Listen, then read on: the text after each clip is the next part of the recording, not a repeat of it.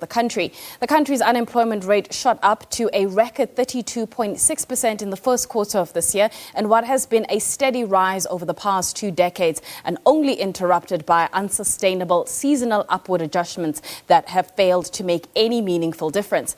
Despite the events of the past year, the Youth Employment Service, together with its corporate partners, has continued to create work experiences for young Black South Africans. For more, we're joined by Tashmia Ismail Saville, who is the CEO of Youth Employment Service.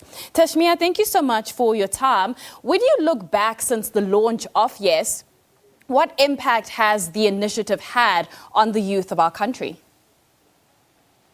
We've got very measurable impacts, Natasha. If you look at the number of youth experiences we've created, despite a GDP contraction last year of 7%, the Youth Employment Service today has created 55,000 opportunities for youth to work.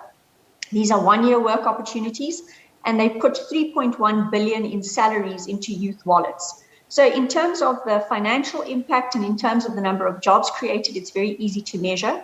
What is harder to measure but is absolutely impact is at household and community level. Those young people that have been given a chance through the Youth Employment Service were young people who didn't think they stood a chance of getting into the sector, the work sector, the labor force, and finding an opportunity. And this has just created such ripples of hope and dignity in their homes and communities. And those are harder things to measure, but absolutely important to give young people an understanding that they can make it in the workforce if they're given that first opportunity to shine. The pandemic had an impact on all facets of the country and the world as well. But from your perspective as YES, how did COVID-19 impact your ability to be able to do some of the projects that you get involved in? Look, the impact was quite dramatic. Remember that youth workers are most likely to have, the lower skills levels. They lack the experience. And so many of their jobs are actually done in face-to-face type of environments. And we try to place youth across the board. We place youth with no matric, youth with matric, and youth who are qualified tertiary grads. And so for 50% of our youth who tend to not have qualifications, this hit us pretty hard.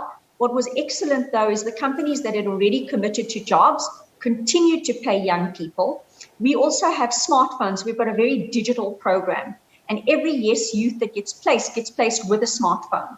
And that smartphone has 0 rated apps from Vodacom. So these youth, we could connect to them, we could train them online, we surveyed them to see how they were doing, and we were able to send them materials during COVID to help with anxiety. We were able to survey how they were doing.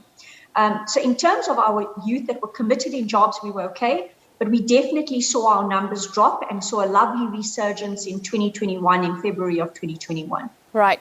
We often talk about the economy and how in order for us to have a meaningful dent in the unemployment rate, the economy has to grow. What other ways or creative ways should we be thinking about getting our youth into the job space? Yeah, that's such an important point. When people ask us our impact, they've got to understand it's very linked to the environment. It's linked to business confidence. If we can do things from a policy front, from a decision-making front that just gives businesses that confidence, we'll see them opening up payroll.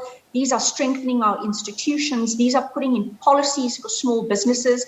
The best place for a young person to get that first opportunity is actually in small business. If you look at the numbers for the European Union, for the United States, small businesses make the biggest contribution to jobs and GDP. We lag significantly in South Africa. So we need creative, strategic plans like YES. So the way in which YES has been able to create these 55,000 jobs is we have a policy incentive with the DTIC, where if companies open up their payroll to these young people and open up spaces to them, they get to move 1 or 2 levels up on the BE scorecard. And we've got 1,560 corporate signups with YES. So we create these jobs with the private sector, and the private sector pay for them. So incentives and creative strategies that give benefits to the private sector to open up jobs is going to be a great way, a great strategy to create more of these. And then we need to start thinking about big mega projects that absorb large numbers of youth in agriculture, in light manufacturing, and in the digital space. We've got beautiful examples across Africa and India where thousands and thousands of youth are given digital skills, and then they're given digital jobs virtually right there in the communities that they live in. And these are they're being done around the world. So very easy for us to start copycatting some of these strategies. Tashmia, thank you so much for your time. That is Tashmia Ismail Saville talking to us about the impact of the Youth Employment Service.